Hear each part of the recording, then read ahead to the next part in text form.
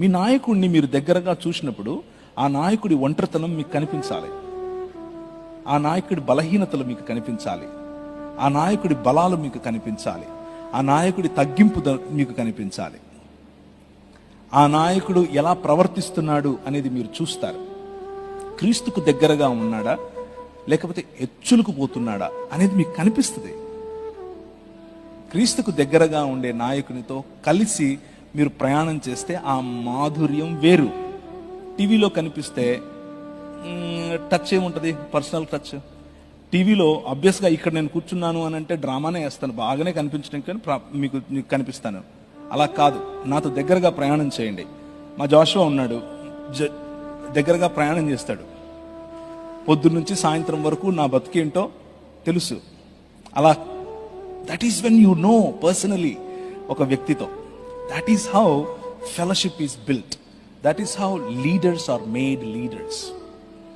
మీరు నాయకులను తయారు చేయాలి అని అంటే నాయకులు ఉన్న సహవాసంలో పార్టిసిపేట్ అవ్వండి. That is how it should be. అది నాయకులను తయారు చేస్తుంది, నాయకులకు ఒళ్ళు దగ్గర పెట్టుకొని బ్రతకాలి అన్న గుణపాఠము నేర్పుతుంది.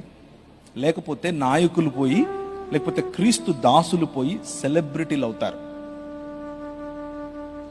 ఆ కల్చర్ మనకు ఎంత దూరం ఉంటే మనకు అంత మంచిది. సెలబ్రిటీలు టీవీల్లోనే బాగుంటారు, దగ్గరికి వెళ్ళి చూస్తే బాగోరు. మనం సెలబ్రిటీలు కాదు, నాయకులం, దాసులం, క్రీస్తు దాసులం. ప్రజలకు దగ్గరగా ఉండాలి. మనం కొనుక్కునే కారు, మనం వేసుకునే బట్టలు, మనం మాట్లాడే మాటలు, మన సంపద, ప్రతి ఒక్కటి క్రీస్తును చూపించాలి.